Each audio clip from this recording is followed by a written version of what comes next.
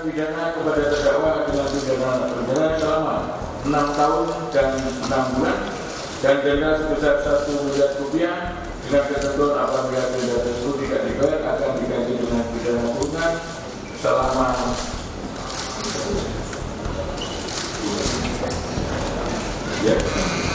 selama 6 bulan.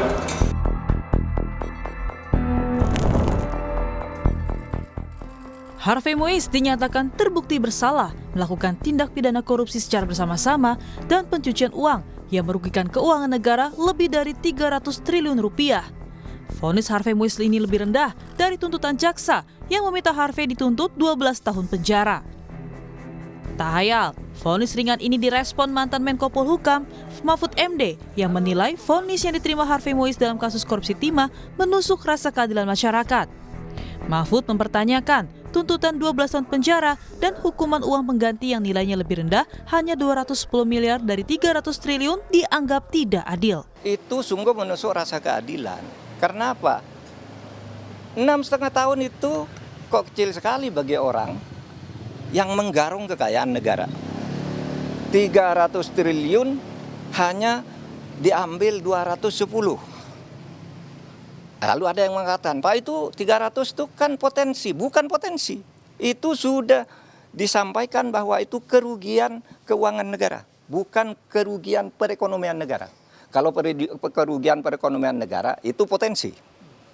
Termasuk gaji, termasuk apa gitu yang diduga merugikan perekonomian. Ini uang negara menurut Jampitsus Febri Diansah. Resmi pada waktu itu malah menyebut ini bukan kerugian ekonomi negara tapi keuangan negara, artinya uang konkret yang dicuri dari negara. Vonis ringan ini sekaligus mencoreng penegakan hukum bagi para koruptor. Masyarakat berharap hakim seharusnya mempertimbangkan hukuman yang setimpal, apalagi meraup uang negara ratusan triliun rupiah. Tanya sih kayak main-main ya, jadi harusnya tuh koruptor kayak gitu kan merugikan negara yang sangat luar biasa, di mana di satu sisi rakyat miskin itu sangat banyak sekali. Harusnya hukuman untuk koruptor itu hukuman yang maksimal. Menurut saya hukuman maksimal ya bisa hukuman selain perampasan aset ya bisa hukuman seumur hidup ya, seperti itu. Emang kayaknya kurang banget ya Mbak ya, ya kurang. Kenapa? Ya secara dengan 271 triliun hanya 6 tahun mengundang banyak orang yang ingin melakukan juga gitu loh. Iya betul. Dengan segitu kayak terlalu ringan banget. Iya, sementara hukum-hukum di luar itu kayak berat di bawah tapi tumpul ke atas. Vonis seperti itu masih perlu banyak evaluasi gitu karena banyak kasus-kasus yang seharusnya itu lebih tinggi gitu. Vonisnya gitu. Jadi banyak seperti ada yang mencuri hal-hal seperti biasa itu malah vonisnya itu 1 tahun, 2 tahun, 3 tahun, sedangkan kita dirugikan banyak tapi vonisnya lebih rendah seperti itu. Jadi kalau menurut saya evaluasi kita tentang hukum di Indonesia ini perlu ditingkatkan. Polemik vonis ringan Harvey Moise juga ramai di media sosial. Warganet ramai-ramai berkomentar turut berduka cita atas vonis hakim yang diberikan kepada Harvey Moise. Harvey Moise divonis hukuman 6 tahun 6 bulan penjara dalam kasus korupsi timah yang merugikan negara 300 triliun rupiah. Menurut jaksa, tindakan korupsi yang diduga dilakukan Harvey juga disebut menguntungkan Harvey 210 miliar rupiah. Tim Liputan, Kompas TV.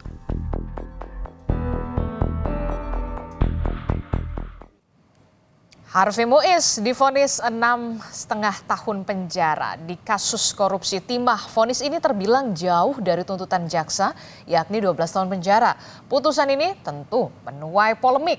Pasalnya tak hanya vonis, denda yang harus dibayar Harvey pun hanya 210 miliar rupiah dari 300 triliun rupiah.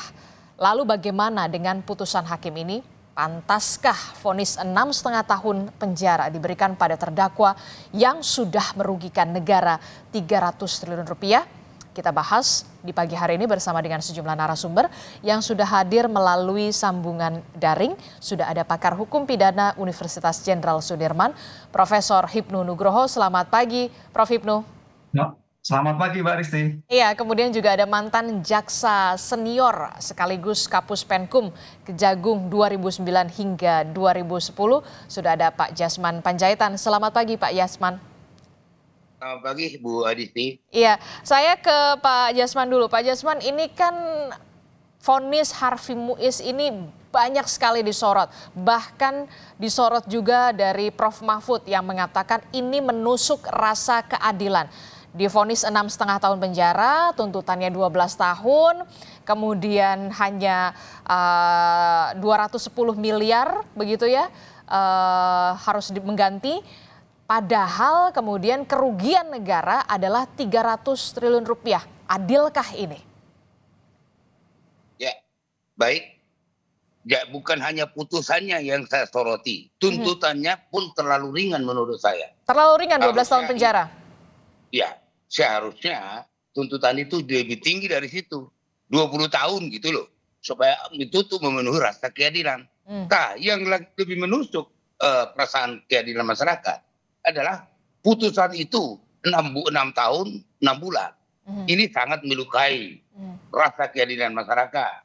Ini kan korupsi itu adalah termasuk kejahatan extraordinary. Maka penanganannya pun harus extraordinary. Itu pendapat saya. Jadi ini sangat-sangat tidak adil gitu, sangat tidak adil. Ini sangat-sangat tidak adil, bahkan bukan lagi mengusik rasa keadilan, tapi sudah menusuk kalau kata Prof. Mahfud. Jaksa harus banding? Betul. Ya, udah harus. Itu matematikanya jaksa harus begitu. Karena saya juga ngajar di Badiklat Kejaksaan Agung, khususnya ngajar tindak pidana korupsi. Saya sampaikan gitu supaya betul-betul menegakkan hukum di dalam tindak pidana korupsi itu harus sesuai dengan rasa keadilan yang tumbuh dan berkembang di masyarakat. Ini apalagi menyangkut masalah sumber daya alam kita. Kok dipermainkan seperti itu gitu. Semua orang juga bisa kalau memang bisa. Kalau terlalu ringan seperti itu. Ini nanti coba kalau kita nanti dia katakanlah ini menjadi inkrah. Maka ini bisa jadi nanti dijalani 2/3 mengajukan permohonan lepas. Ini hanya berapa tahun nanti jadinya dia. Nah itu ada sebenarnya yang saya sarankan kepada jaksa penuntut umum supaya badan intelijen kejaksaan itu jalan. Coba itu, disadap itu, hakim-hakim itu. Pasti ada pertemuan. Ya syukur-syukur tidak ada pertemuan. Kalau udah seperti ini, siapa tersangkanya? Tersangkanya orang seperti Muiz ini jelas. Orang yang mudah mendapatkan uang. Yang uangnya juga banyak. Kan dia bisa mempengaruhi. Saya tidak menuduh. Saya menghargai putusan hakim. Namun hakim juga harus menyadari bahwa putusan itu harus bersifat adil dan baik untuk masyarakat. Begitu Mbak Adisti. Oke, jadi menurut Anda seharusnya justru juga tuntutan jaksa terlalu ringan dengan 12 tahun penjara, kemudian vonisnya 6 tahun 6 bulan penjara lagi ya. Menurut Anda tadi Anda menyebutkan 20 tahun penjara seharusnya tuntutannya begitu ya. Kalau sudah 6 tahun 6 bulan penjara ini dipotong remisi, PK dan segala macam, ya jadi apa ya? Tidak memberikan efek jerah dan justru malah memberikan contoh, yang 300 triliun rupiah saja begitu ya, merugikan negara, divonisnya hanya segitu gitu. Ya, betul Mbak, betul Mbak. Oke, saya ke Prof. Ibnu. Prof. Ibnu, Anda melihat kasus Harvey Muiz ini dengan vonis yang sebegitu ringannya, bahkan banyak sekali mengundang sorotan dari publik dan juga Prof. Mahfud begitu, sampai mengatakan bukan lagi mengusik tapi menusuk ini keadilan. Ya, begini Mbak, memang semangat pemberantasan korupsi dalam tujuan pemidanaan kita itu adalah retributif, pembalasan, bukan rehabilitatif, apalagi restoratif yang sekarang lagi digaungkan oleh Pak Presiden. Nah, oleh karena itu ketika berbicara pada retributif sebagai pembalasan, maka di sini optimalisasi pemidanaan itu menjadikan suatu yang penting. Saya pikir sebetulnya sehabis Pak Artijo meninggal, itu muncul Artijo baru, Artijo muda yang terkait dengan pemberantasan korupsi. Dengan demikian terhadap putusan kemarin memang merusak rasa keadilan. Tapi kalau kita lihat dalam suatu putusannya Mbak, peran Harvey itu membantu. Sehingga kalau sampai tuntutan 12 tahun, ya saya kira bisa dipahami Pak Sarma. Tapi kalau memang hakimnya berpikir pada konstruksi sebagai bentuk retributif pembalasan sebagai kejahatan, bisa memutus yang yang lebih dari 12 tahun. Karena suatu putusan itu tidak boleh salah. Dan suatu putusan itu tidak salah ketika putusan tidak melebihi yang diancamkan dalam pasal yang diundang-undangkan. Jadi, seandainya penuntut umum kemarin hanya 12 tahun, hakim bisa memutus 15 atau seperti yang disampaikan Pak Jasman 20 tahun. Ini kalau berpikir bahwa keadaan Indonesia dalam keadaan darurat korupsi. Apalagi kejahatan terhadap lingkungan. Itu butuh reklamasi yang cukup lama. Pulau Bangka itu hancur, Mbak, saya pernah ke sana. Kapan itu akan reklamasi? Saya kira butuh waktu yang berpuluh-puluh tahun kalau seperti itu. Nah, disinilah tampaknya melihat suatu putusan itu sangat kering. Tidak melihat sebagai aspek empiris kondisi di lapangan yang diderita oleh masyarakat, apalagi bangsa dan negara.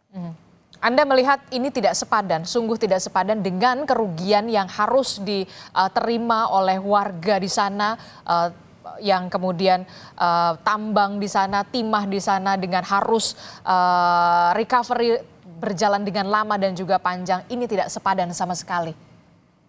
Iya, Mbak. Ini yang harus kita lihat. Makanya kejahatan-kejahatan yang terkait pertambangan ini pun juga tidak menimbulkan efek jerah. Padahal tindak pidana pertambangan di Indonesia itu luar biasa loh, Mbak. Kalau kita lihat ada terkait dengan timah, ada terkait dengan emas, ada terkait dengan tambang-tambang yang lain. Sehingga kalau ini menjadi jurisprudensi, wah, ini saya kira akan kekhawatiran kita sebagai generasi muda bangsa Indonesia terhadap putusan-putusan nanti terhadap korupsi-korupsi pertambangan yang lain. Karena namanya pertambangan itu suatu yang sangat luar biasa.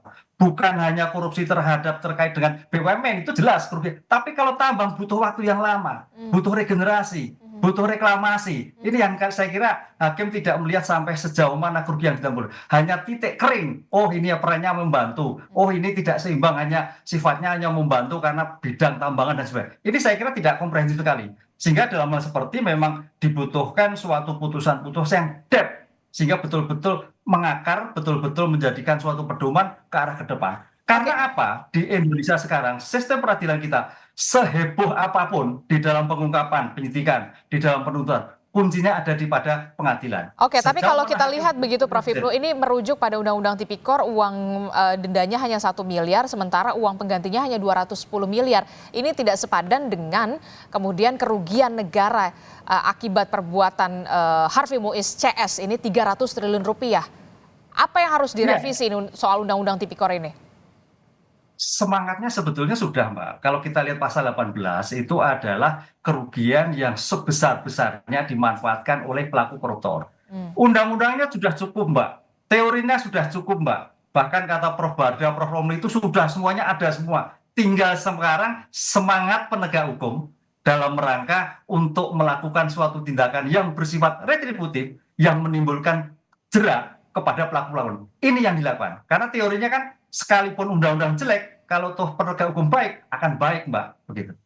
Oke, kalau kita lihat begitu ya, pasti juga akan ada pertanyaan gini, ada apa ini? Kenapa 300 triliun kerugiannya, kemudian ini vonisnya hanya 6,5 tahun penjara dan dendanya, kemudian kerugiannya, ada apa ini? Ada apa di balik ini? Wajar nggak sih, Prof. Ibnu?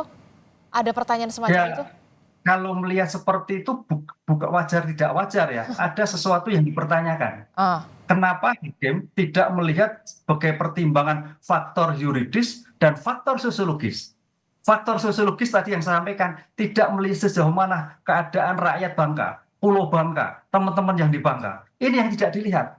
Jadi hanya melihat saja kering, oh hanya 12 tahun, oh ternyata terlalu berat. Tidak begitu. Karena semua putusan itu harus melihat dari A sampai Z terhadap pertimbangan yang dilakukan. Disinilah pertimbangan empiris yang tidak detail, menukik dalam menjatuhkan suatu putusan.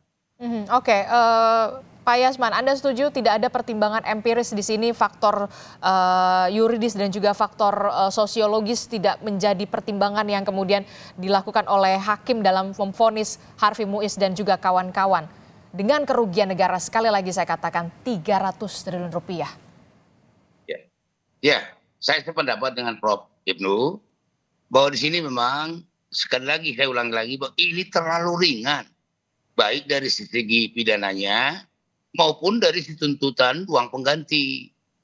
uang pengganti ini kan seharusnya masa hanya 271. Memang di dalam praktek ada suatu anggapan oleh para jaksa bahwa uang pengganti ini adalah sebesar daripada yang dinikmati. Lah ini apakah di dalam penyidikan ini memang tidak terungkap uang-uang ini kemana? Harusnya kan itu ditelusuri. Itu yang tadi saya katakan. Ada alat-alat sadap di kejaksaan yang sudah canggih. Harusnya ini digunakan untuk mendapatkan informasi-informasi terkait mengenai aliran-aliran dana. Kalau saya selaku mantan jaksa dan juga waktu saya jadi jaksa direktur penyidikan, saya selalu menekankan itu kepada para jaksa penyidik. Cari apa, di mana hartanya, bagaimana ini kejadiannya. Nah, itu yang saya selalu lakukan kepada tim jaksa. Baik di calon-calon jaksa yang ada di Badikat, saya tekankan itu. Coba kamu berani mengungkap itu, jangan takut. Nah gitu saya sampaikan begitu. Ya tapi masih terjadi seperti ini, ya itulah tadi sedikit saya sesalkan mengenai tuntutan jaksa, apalagi dengan putusan hakim yang sangat-sangat tidak adil. Sangat tidak adil. Yaitu harusnya uang pengganti itu, ya ini kan disebutkan 300 triliun. Diganti dengan 271.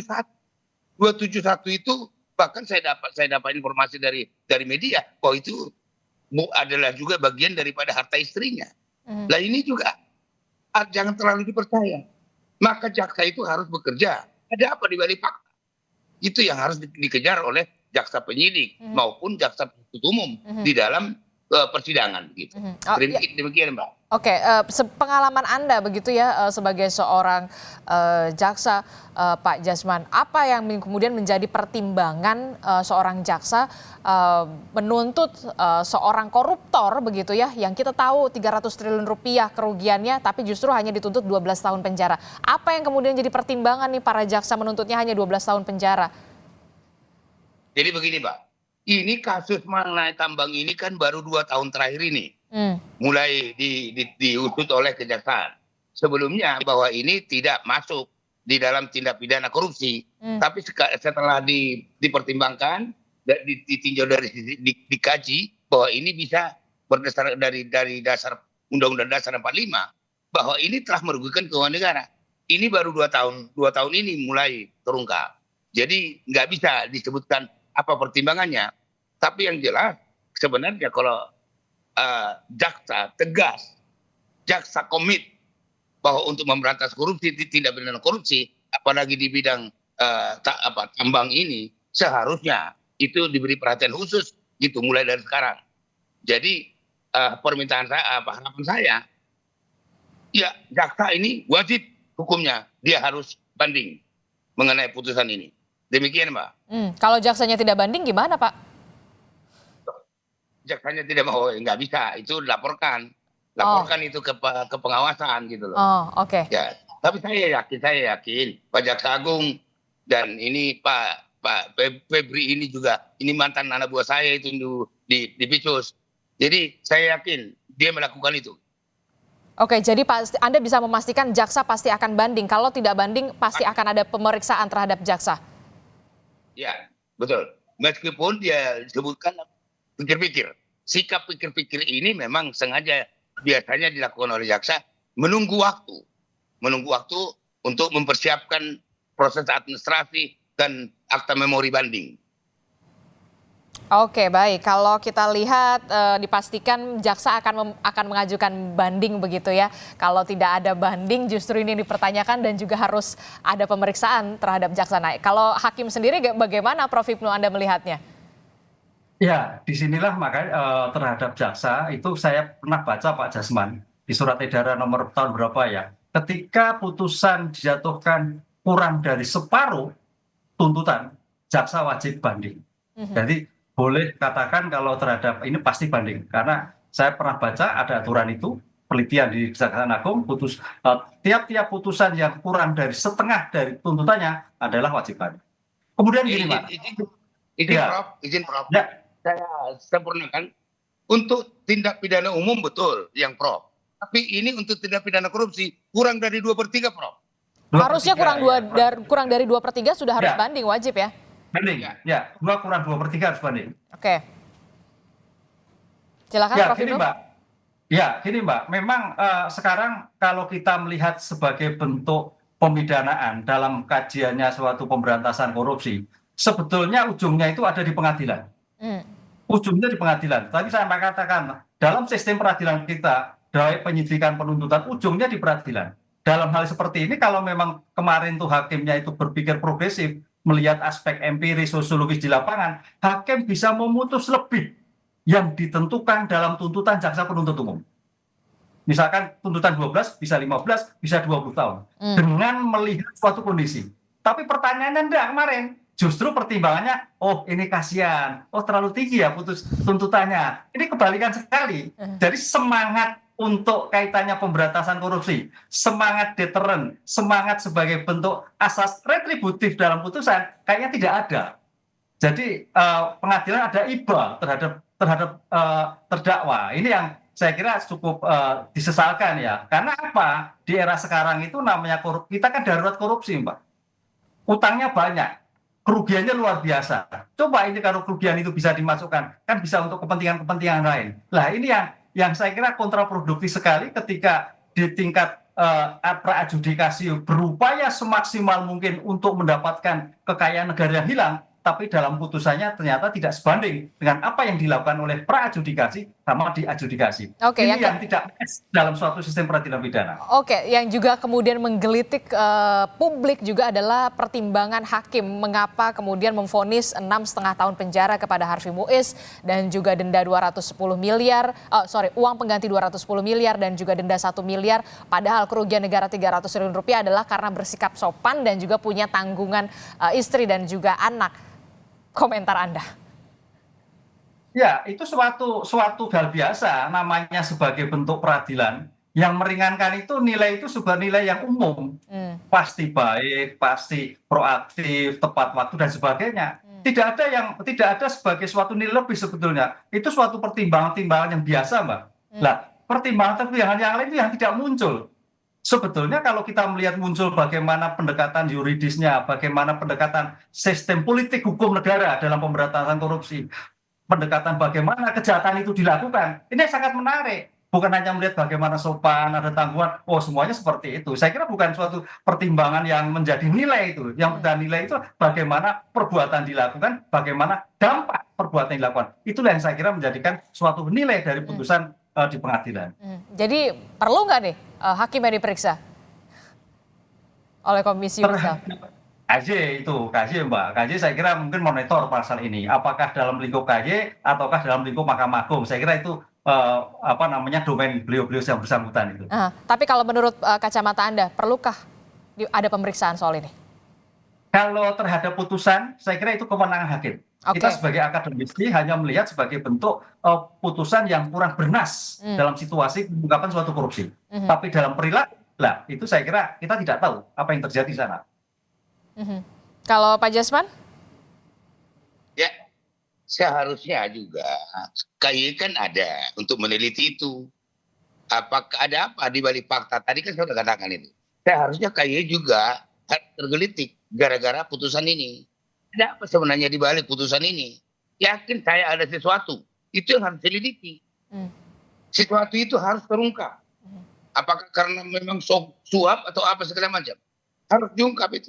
Syukur-syukur tidak ada. Syukur-syukur tidak ada. Tapi dari narasi-narasi yang diungkapkan oleh hakim dalam alasan-alasan untuk pertimbangan untuk keadilannya karena masih muda dan baik segala macam, itu tidak masuk akal gitu. Alasan untuk meringankan itu. Jadi harusnya KY karena tergelitik turun harusnya secara otomatis dia meriksa, menanyakan gitu ya mengenai putusan hakim seperti ini. Kalau di kejaksaan itu ada bahwa intelijen turun, kemudian jajaran Picus turun, kemudian pengawasan turun. Itu kalau di kejaksaan. Kalau ada putusan seperti itu, yang ramai di publik pun, kejaksaan itu langsung turun tangan. Panggil jaksa yang bersangkutan. Siapa kamu? Coba, semua kronologis penanganan perkara. Itu kalau di kejaksaan. Nah ini harusnya berlaku di KY gitu. Oke, termasuk juga ini jadi pelajaran juga ya kepada kejaksaan dan juga para jaksa soal tuntutan terhadap kasus-kasus korupsi yang tadi juga Anda sebutkan. Sebenarnya kasus korupsi ini adalah extraordinary, pidana khusus begitu ya, yang seharusnya memang tuntutannya ini memang harusnya benar-benar berat begitu, jangan sampai kemudian vonisnya kita tahu lebih ringan dari tuntutan jaksa nih, Pak Jasman. Ya, iya betul, iya betul. Ya, apalagi ini menyangkut masalah sumber daya, ya. Jadi ini pemerintah sudah mencanangkan bahwa ini kan harus kita berdayakan. Sumber daya alam kita ini harus kita berdayakan. Bagaimana kita bisa menjadi hidup nanti mencanangkan yang disebutkan Indonesia Emas? Kalau sumber daya alam kita ini juga dipermainkan seperti ini, ya kan gitu. Itu harusnya semua disadarkan. Masyarakat ini juga harus disadarkan mengenai pentingnya sumber daya alam di Indonesia. Itu salah satu yang kita miliki yang sangat berharga untuk membangun republik ini. Demikian Mbak Disti. Oke, baik. Ini tentu saja menjadi pelajaran untuk kita semua begitu ya. Termasuk juga Prof. Hipnu, apa yang kemudian bisa dipetik dari pelajaran ini?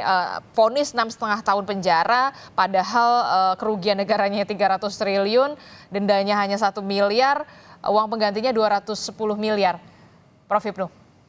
Ya, artinya di dalam konteks sistem peradilan pidana di Indonesia perlu merupakan satu kesatuan yang utuh yang melihat semangat politik hukum Indonesia dalam pemberantasan korupsi. Apakah itu penyidik, apakah itu penuntut umum, apakah itu hakim di persidangan. Harus satu visi yang sama. Dengan demikian tidak menjadikan terkotak-kotak seperti ini, kan itulah. Kalau itu terjadi, apalagi di backup politik negara dalam rangka pemberantasan korupsi yang berupaya untuk menarik kekayaan yang dari korupsi, itu suatu biasa. Ini kan suatu yang tidak timpang, seolah-olah suatu bagian dari sistem negara.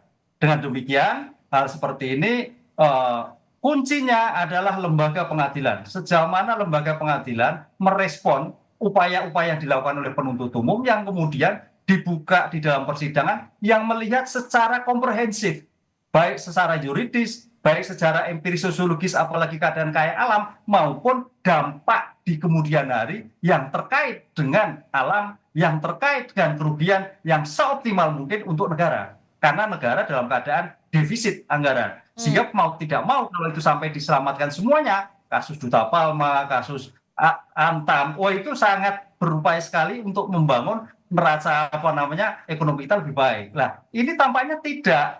Disinilah saya kira ada suatu visi yang sama. Dengan demikian saya kira sentilan untuk Mahkamah Agung melihat sebagai konsep yang sama, kebersamaan dalam pemberantasan tindak pidana korupsi. Oke, terakhir tadi Anda sebutkan pemerintah juga defisit anggaran. Nah, soal wacana kemudian koruptor ini bisa dimaafkan asalkan mengembalikan hasil korupsinya.